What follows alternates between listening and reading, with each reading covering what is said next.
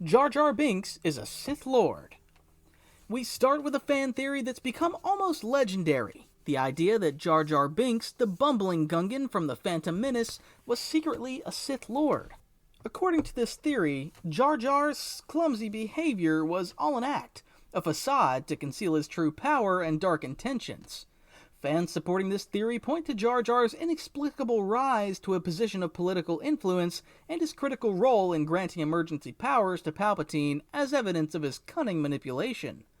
Despite its seemingly outlandish premise, this theory gained enough popularity that even J.J. Abrams, director of The Force Awakens, acknowledged it as a personal favorite. Boba Fett killed Luke Skywalker's aunt and uncle. Next up, we have a theory that reimagines one of the darkest moments in A New Hope. Some fans believe that Boba Fett, the galaxy's most feared bounty hunter, was responsible for the brutal deaths of Uncle Owen and Aunt Beru. The theory suggests that Fett was hired by the Empire to find the droids and, upon discovering Luke's Guardians knew too much, executed them to eliminate witnesses. This idea adds an extra layer of menace to Fett's character, but others argue it's more likely that standard Imperial troops carried out the murders. Mace Windu survived and became Snoke. Remember Mace Windu's dramatic fall after his duel with Palpatine in Revenge of the Sith? What if that wasn't the end of his story? Some fans theorize that Windu survived, fell to the dark side, and eventually became Supreme Leader Snoke. The theory draws on the physical scars Snoke bears and Windu's deep knowledge of the Force, suggesting that his brush with death pushed him to embrace the darkness. While The Rise of Skywalker eventually debunked this theory by revealing Snoke's true origins, it remains a fascinating possibility for those who enjoy exploring what-if scenarios. Rey is a reincarnation of Anakin Skywalker. With the introduction of Rey in The Force Awakens, fans immediately began speculating about her origins. One of the most intriguing theories was that Rey was a reincarnation of Anakin Skywalker, the Chosen One destined to bring balance to the Force in a new era. Supporters of this theory pointed to Rey's powerful connections to the Force, her immediate bond with Anakin's lightsaber, and her visions of past events. Though The Rise of Skywalker ultimately revealed a different origin for Rey, this theory highlighted the deep connection fans felt between the new trilogy and the legacy of the Skywalkers. Han Solo was Force-sensitive. Han Solo's incredible luck, uncanny reflexes, and ability to survive impossible situations have led some fans to speculate that he was secretly Force-sensitive. The theory suggests that Han's latent connection to the Force enhanced his skills, explaining his seemingly supernatural piloting abilities and his deep connection to Luke and Leia. While this theory is largely speculative, it adds a new dimension to Han's character, making him more than just a charming rogue. The Ewoks ate the Stormtroopers. The Ewoks might look cute and cuddly, but there's a darker theory about what happened after the Battle of Endor. According to some fans, the Ewoks didn't just celebrate their victory, they feasted on the fallen Stormtroopers. The idea stems from their initial plan to eat Han, Luke, and Chewbacca, suggesting that the helmets used as drums during the victory celebration might be all that's left of their enemies. While this theory is more of a macabre joke than a serious hypothesis, it does make you wonder about the darker side of the Ewoks' survival instincts. The Death Star was an inside job. Was the destruction of the Death Star really due to a small overlooked flaw, or was it part of a larger Imperial strategy? Some fans believe the Empire allowed the Death Star plans to be stolen on purpose, using the battle station as bait to lure the Rebel Alliance into a trap. This theory suggests that the Empire underestimated the Rebel threat, believing their superweapons defenses would suffice to crush any opposition. Although Rogue One later clarified that the Death Star's flaw was due to sabotage by Galen Erso, the theory still resonates with fans who enjoy the idea of a more cunning and strategic empire. Palpatine created Anakin Skywalker. One of the most chilling fan theories revolves around the origins of Anakin Skywalker. According to this theory, Emperor Palpatine used the dark side knowledge he learned from Darth Plagueis to manipulate the midichlorians and create Anakin. This would mean that Anakin, the prophesized Chosen One, was actually a tool of the Sith from the very beginning. Fans point to Palpatine's conversation with Anakin in Revenge of the Sith, where he discusses Plagueis' ability to create life, as evidence supporting the theory. It adds a dark twist to Anakin's story, suggesting that his destiny was always tied to the Sith's grand design. The Rebel Alliance is the true villain. In a galaxy where the lines between good and evil are clearly drawn, one fan theory dares to flip the narrative. What if the Rebel Alliance were the true villains of the Star Wars saga? According to this theory, the Galactic Empire, despite its authoritarian methods, was a force for order and stability, while the rebels were terrorists who disrupted the peace, leading to widespread chaos. Supporters argue that the Empire's infrastructure and governance were vital for maintaining order across the galaxy, and the Rebel Alliance's actions, though well-intentioned, cause unnecessary suffering and destruction. This controversial theory challenges the traditional narrative and has sparked intense debate among fans. Chewbacca is a secret agent for the Rebellion. Chewbacca is known as Han Solo's loyal co-pilot and friend, but what if he was also a secret agent for the Rebel Alliance? According to this theory, Chewbacca's involvement in key missions was no accident. He was a high-ranking rebel operative who guided Han into joining the rebellion and ensured that crucial events unfolded in the rebels' favor. Fans who support this theory point to Chewbacca's close connections with other important figures in the rebellion, like Yoda and Leia, as well as his strategic actions throughout the original trilogy. R2-D2 and C-3PO are rebel spies. R2-D2 and C-3PO may seem like simple droids, but some fans believe they were actually active spies for the Rebel Alliance. R2-D2 in particular was privy to many crucial plans and secrets throughout the saga, often acting independently to complete missions.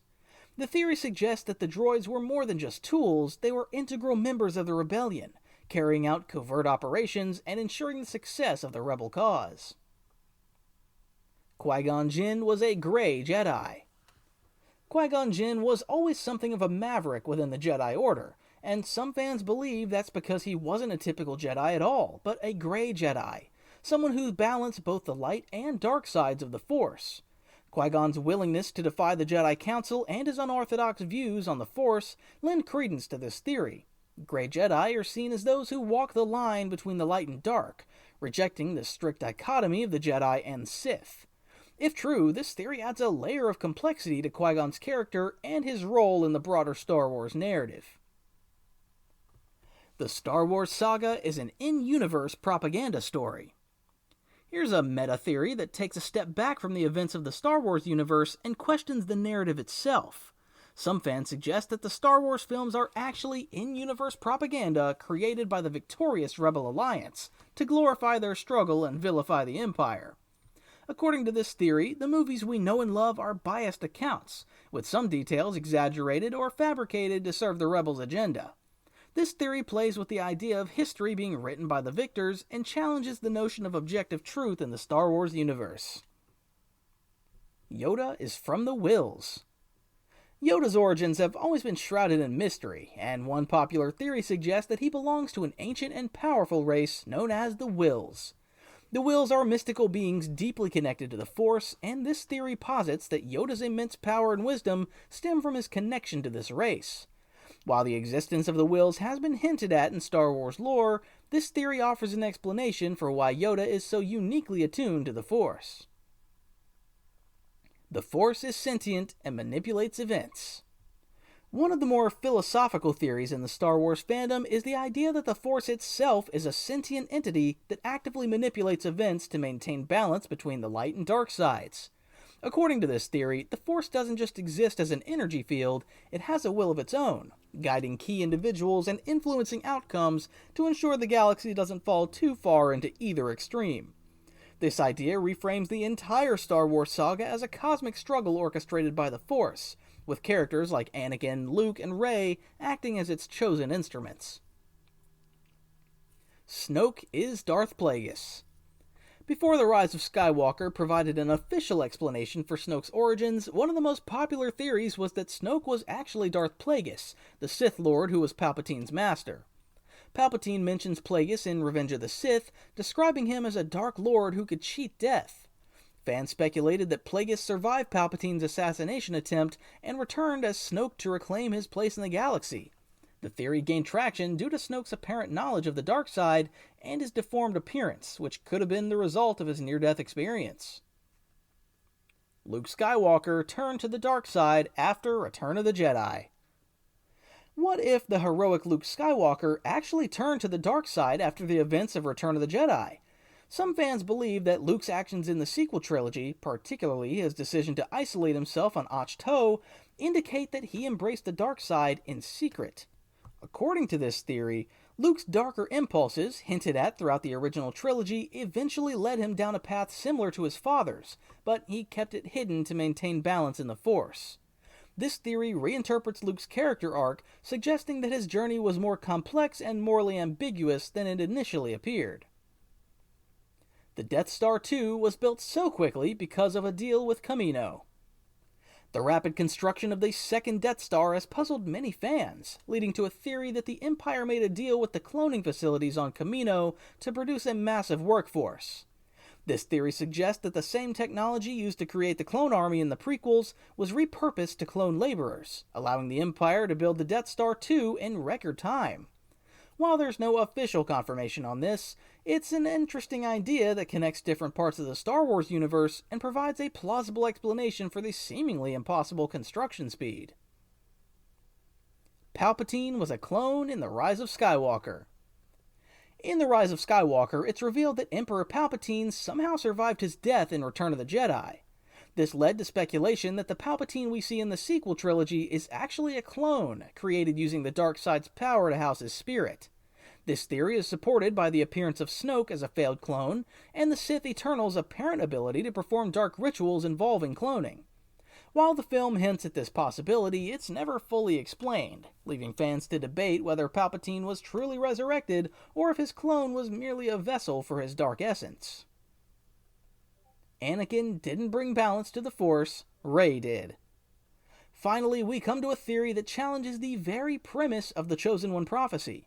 According to this theory, Anakin Skywalker wasn't the one who brought balance to the Force, Rey was. Supporters argue that while Anakin played a crucial role in the galaxy's history, it was Rey who ultimately defeated Palpatine and ended the Sith once and for all, fulfilling the true meaning of the prophecy. This theory reinterprets the saga's central narrative, positioning Rey as the ultimate savior of the galaxy and the one who finally brought lasting balance to the Force. And there you have it, 20 of the craziest, most thought-provoking fan theories in the Star Wars universe. These theories range from the plausible to the utterly bizarre, but each one reflects the deep love and creativity that Star Wars fans have for this galaxy far, far away. May the Force be with you, and till next time.